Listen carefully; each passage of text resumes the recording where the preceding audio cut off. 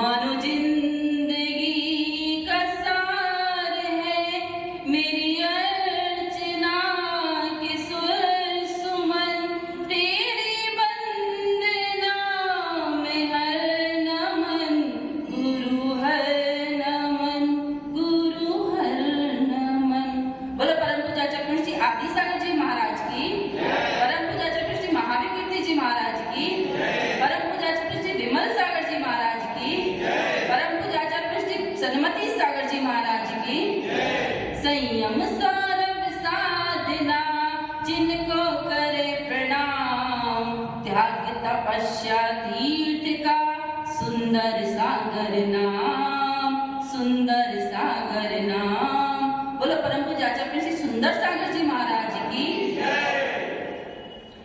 विद्या की सागर थी, ज्ञान की थी भंडार, करती थी माता हम सब पे ये उपकार। जय गुरु माँ विजयमती माँ, जय गुरु माँ विजयमती माँ, तेरे ज्ञान की बातों को हम भूल न भुलाएंगे, याद करें इनको हम शीश झुकाएंगे।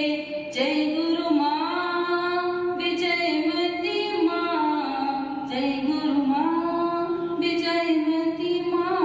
बोलो परम पूज्य प्रथम गणेश मठ विजयमती माता जी की, जैन धर्म की।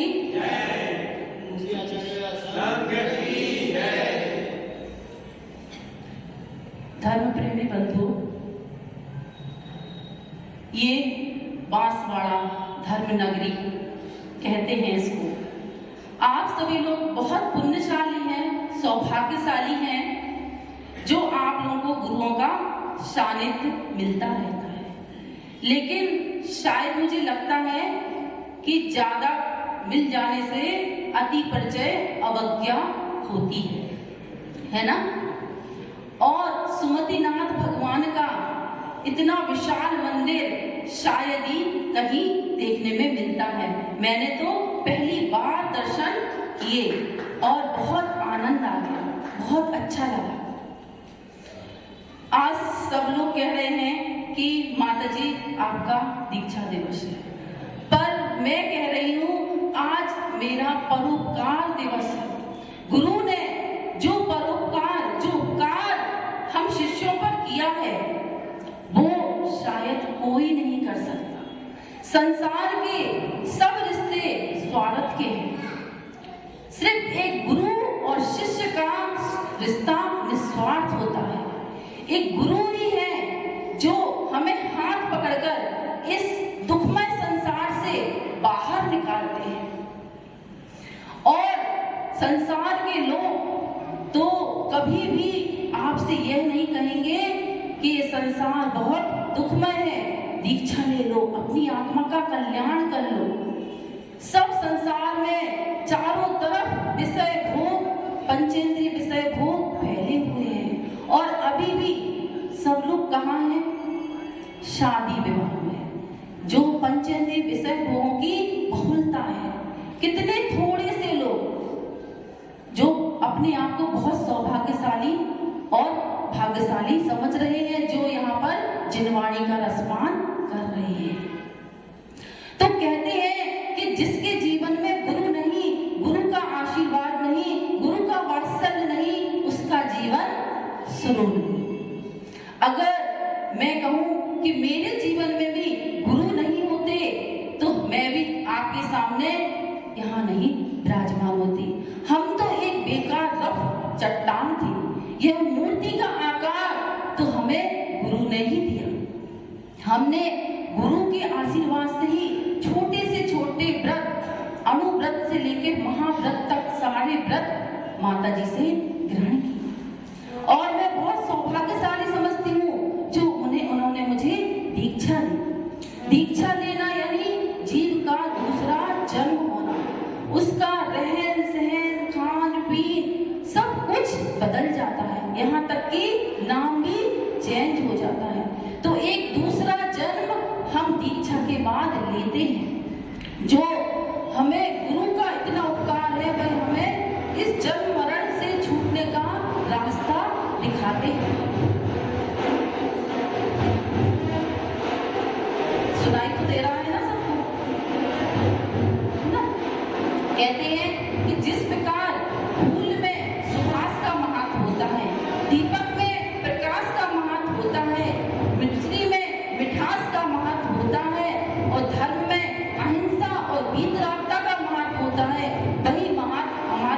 में गुरु का होना चाहिए और होता भी है।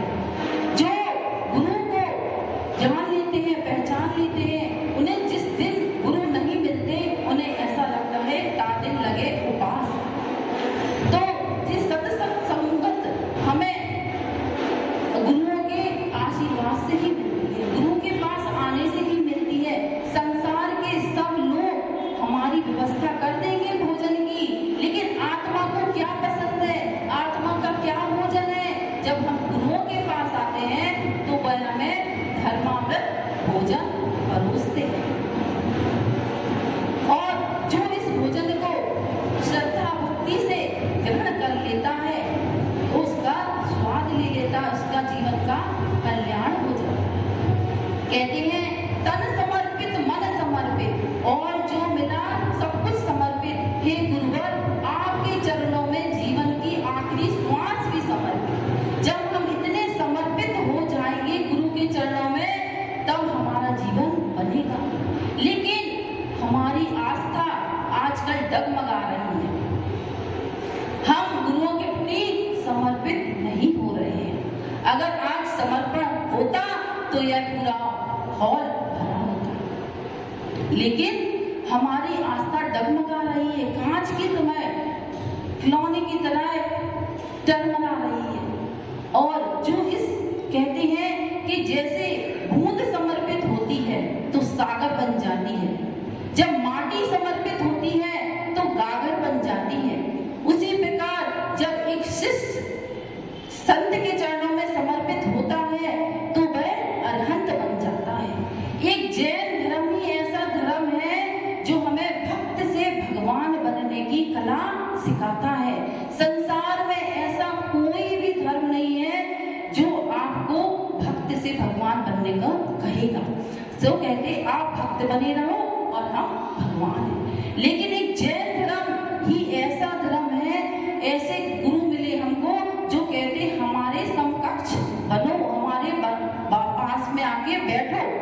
तो जब हम कब बनेंगे? जब हम गुरुओं के चरण में अपना सब कुछ समर्पित कर देंगे।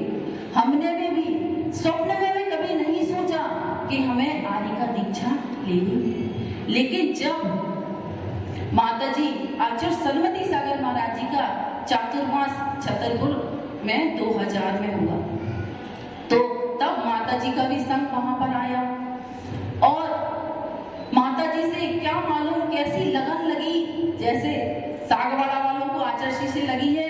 रोज दौड़े दौड़े चले आते हैं इतनी दूर भी, और ऐसी जब लगन अंदर से लग जाती है गुरुओं के प्रति, जब हम ऐसे समर्पित हो जाते हैं तो हमारा जीवन बन जाता है। तो ऐसी लगन मुझे भी लग गई और मैं धीरे धीरे माताजी के साथ विहार करती हुई सोनागेर आ गई और वहां पे निश्चय कर लिया कि अब इस संसार में नहीं फंसना, अब तो हमें मोक्ष मार्ग राह को पकड़ना है। और वहीं पर हमने आजीवन ब्रह्मचर्य व्रत ले लिया। फिर धीरे धीरे 2 प्रतिभा ली और व्रत बढ़ाए, अपने व्रत नियम संयम सब कुछ बढ़ाए, और वह दिन आ गया जिसका मुझे बहुत इंतजार था। 13 फरवरी महामस्तकाभिषेक, और 13 आचार्य थे वहां पर, 200-250 साधु थे, सबके सानिध्य में, सबके आशीर्वाद से। और माताजी ने उस दिन 5 दीक्षा दी थी। उसमें अनंतगिरी के भट्टारक जी थे, उनकी माँ, उनको दीक्षा दी। एक मद्रास की अम्मा थी, उसको दीक्षा दी, और एक टाका टूका की बहन थी, उसको दीक्षा दी, और मुझे दीक्षा दी। और जब माताजी ने ये 3 लोक का झंडा, पिछी कमंडल हम लोगों के हाथ में थमाया, जब कहा था कि ये 3 लोक का झंडा है, इसे कभी झुकने नहीं देना। अगर प्रभावना नहीं कर पाओ तो ऐसा कोई काम नहीं करना जो अपने जिन धर्म की अप्रभावना हो। तो हमने भी कहा कि जीवन, तो मैंने भी कहा कि जो जगह दी थी, जो प्रतिभा चूक गई थी, जो सूख गई थी, उस प्रतिभा को आपने अभिव्यक्त का मौका दिया, मुझे विशेष बनने का मौका दिया, तो मैं कभी भी ऐसी कोई काम नहीं करूंगी जिससे यह जिन धर्म का झंडा नीचे हो। पर मेरा शायद बहुत दुर्भाग्य भी था कि सिर्फ 6 दिन ही हमको माता जी का सानिध्य मिला। 13 फरवरी को दीक्षा हुई और 19 फरवरी को माता जी की समाधि हुई, वो भी श्रवण बेलगोला में। तो कहते हैं कि हाथों से मेहंदी का रंग ना छूटा, हाथ उठ ही गया गुरु का सर से मेरे, आंखों से टप टप यूं आंसू बहे, कैसे जिए माता तेरे बिना। जब एक शिष्य दीक्षा लेता है, अपना जीवन समर्पित करता है, तो वह चाहता है कि उसके गुरु का सानिध्य उसको हर पल मिले, उसके गुरु के चरणों में उसकी समाधि हो। मेरी भी यह भावना थी, लेकिन शायद पूर्व पाप कर्म का तीव्र उदय था जो गुरु का सानिध्य नहीं मिला। लेकिन फिर मैंने सोचा चांदनी धरती से दूर हो सकती है पर आसमान से नहीं, आप मेरे शरीर से दूर हो सकती है पर मेरे मन से नहीं। हर पल प्रत्यक्ष रूप में आप मेरे साथ नहीं है, पर परोक्ष रूप में हमेशा माता जी मेरे साथ रहती है। और फिर इसी क्रम में गुरु का सानिध्य मिल गया।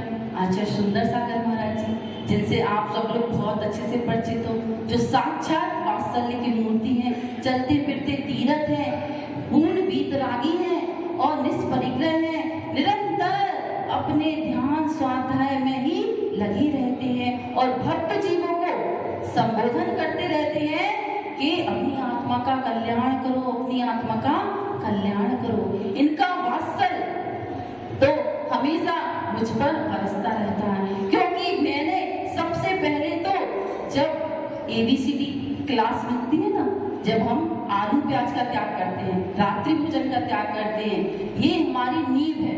वो नींव तो आचार्य श्री ने ही मुझ पर डाली है।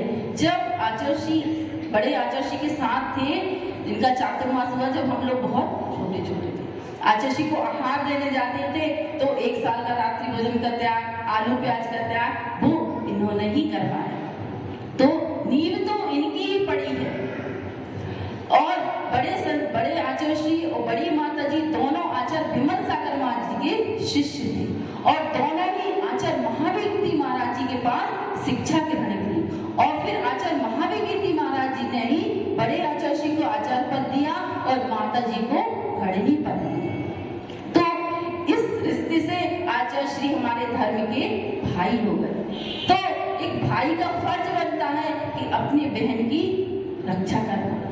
तो और समय समय पर मुझे अच्छी प्रेरणा देते हैं कि कैसे उठना, कैसे चलना, कैसे बोलना, सब कुछ। और हमेशा जब भी मैं बहुत निराश होती हूँ, हताश होती हूँ, तो आचार्य श्री हम लोगों को संबल देते हैं, समझाते हैं कि कैसे इस मोक्ष मार्ग पर आगे बढ़ना। तो गुरु का उपकार तो बहुत है। कहते हैं कि जीवन समर्पित गुरुवर आपके हाथ में है, जीवन समर्पित गुरुवर आपके हाथ में है, बिगड़े सुधरे कुछ भी हो जाए, अधिकार आपके हाथ में है। तो मेरे जीवन की नैया को पार लगाने वाले अब आप ही हैं। कहते हैं कि गुरुवर तुमसी में बन जाओ, इतना दो आशीष, भक्ति भाव से तुम चरणों में झुका रही हूँ अपना शीश। तो बस यही भावना करती हूँ कि आचार्य श्री, अगर हम बच्चों से कोई गलती हो जाए तो हमें क्षमा करना और हमेशा अपने चरणों में रखना और हमारी अच्छी से समाधि करवाना, जिससे हम इस स्त्री पर्याय का छेदन करके अगला भाव में पुरुष पर्याय प्राप्त करके और आपके समोसरण में आपके साथ मोक्ष गति को प्राप्त करें। इसी भावना से बोले परम पूज्य आचार्य श्री सुंदर सागर जी महाराज की।